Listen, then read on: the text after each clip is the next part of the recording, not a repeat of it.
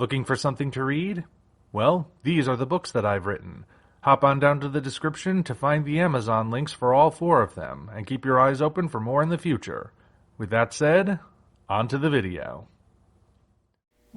Hello ladies and gentlemen, I am the Omni viewer, and if you've been following the channel for long enough, you know that I've got a slightly different way of looking at things, especially in the realm of pop culture. One of those odd perspectives concerns reboots. As you may have noticed by now, every time a long-running or pre-existing franchise or character gets rebooted, more often than not, it's set in the modern day. For my own part though, that act usually leaves me wondering what happened to previous incarnations of that character or franchise, as well as its impact on the world. Take Superman, for example. Man of Steel has Superman make his big debut in 2013 as a being the world has never seen before. This means that there has never been any previous version of Superman, neither in reality nor fiction. But Superman is the character who put DC Comics on the map, not to mention inspired pretty much every superhero that followed. He's been referenced and parodied in nearly every medium there is. Actors, writers, and artists have made their careers thanks to him. Heck, his influence extends well beyond the obvious. One could argue that the rock band Kiss would have been very different had Gene Simmons not been a Superman fan, and that alone totally rewrote the landscape of popular music starting in the 70s. So how can a character like Superman just be placed into the modern day when his legacy reaches so far back and his impact is so great that a world without him should look very different? Yeah, I'm pretty sure you are the only person in the world who obsesses over stuff like that. I don't obsess over it. I just devote an abnormal amount of my limited brain power to the futile task of attempting to rationalize it.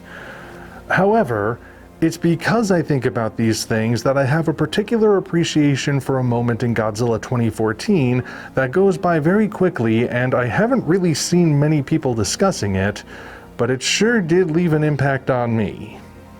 During the 1999 section, after setting up the approaching threat of the male Muto, we arrive in the Brody household, and as a young Ford leaves his bedroom, the camera settles on a poster hanging in his room as the soundtrack produces an ominous rumble.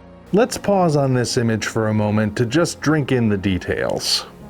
What we have here appears to be a movie poster. Based on the style, it's an older movie poster, most likely from the 60s. The image is painted rather than photographic, it's covered with Japanese writing, and there are 2 monsters and 2 identifiable landmarks on it. The upper left corner is cut off by the letterboxing, and the right side is partially obscured by a toy rocket, but we otherwise have a clear shot of it. Now, part of why the camera lands on this image is to foreshadow events that will happen later in the movie. There's actually other stuff in Ford's room that has a similar effect.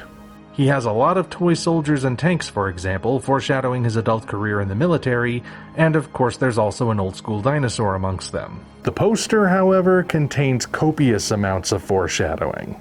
Obviously, we have the 2 monsters who bear a passing resemblance to Godzilla and a Muto, but I'll be saying more about that in a moment. Below these creatures, we see the towering smokestacks of a nuclear power plant and what appears to be the Golden Gate Bridge. Only a few minutes after we see this image, the male Muto's attack on the Gojira power plant will occur, concluding with the collapse of the towers. Much later, Godzilla will make his grand entrance in San Francisco Bay by busting through the Golden Gate Bridge. Furthermore, at least one string of text on the poster has been translated to read as the most iconic line in the whole movie. Let them fight. Gives me chills every time. Seriously, Ken Watanabe is an international treasure. Now, the movie never makes a callback to this poster, meaning that the foreshadowing is meant exclusively for the audience. Nobody ever says that what's occurring feels like something out of a movie or anything of the sort. It's just a way for Gareth Edwards to give the audience a hint of what awaits them, and any literal significance it might have to the characters is unimportant. Heck, there are all kinds of little things like this baked into the scenery, like the Mothra reference when Ford and Joe return to their home, or the name on the boat the nuke is loaded onto referencing how the name Gojira came to be. But this poster is significant not just because it hints at the future, but because it also hints at the past. Perhaps it would be prudent to impart some behind-the-scenes information here first. Part of the mindset the design team had when working on Godzilla himself went something like this. Somebody working at Toho in the 50s had seen a real creature, and when he tried recreating it, the result was the traditional design that was used in the movies. In short, the Godzilla we've seen in the movies was a human attempt to recreate something that developed in the natural world, so it's going to look a little bit different in order to look right on film. Judging by this poster, it would seem this concept might have been subtly worked into the setting of the movie itself. Like I said, I'm the kind of person who dwells on weird things, like how the world would look different if you took a character who's been around for decades and placed him in the modern day as something brand new. This would especially be true for Godzilla because he left a very big pop culture footprint. Well, this poster answers that question. It's a poster of a kaiju movie, one that clearly features a monster reminiscent of Godzilla, but clearly not Godzilla. It almost looks like the 2014 design fused with the 1998 design, harkening back to the behind-the-scenes process described a moment ago. At the same time, it reveals that kaiju movies still exist in this universe, but not the way we recognize them.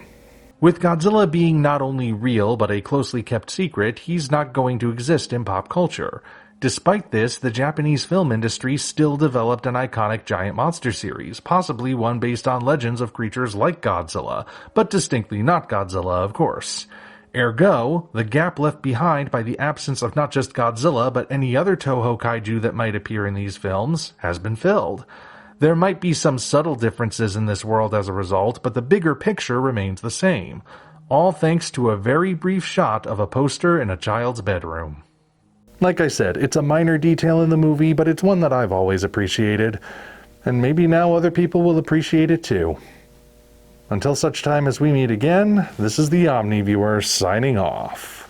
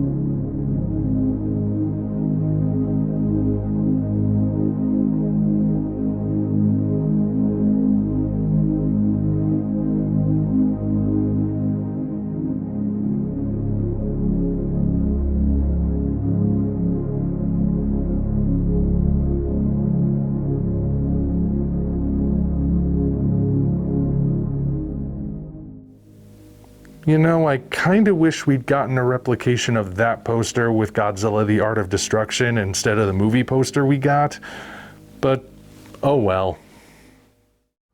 Thank you all for watching. If you want to see us keep doing what we're doing, you might consider doing all the usual YouTube things, as well as hopping down to the description to find links to DeviantArt, Patreon, Twitter, and links for the different books in the Tales from the Omni Vault universe. Your support is naturally appreciated. Thank you for watching, and we'll see you next time.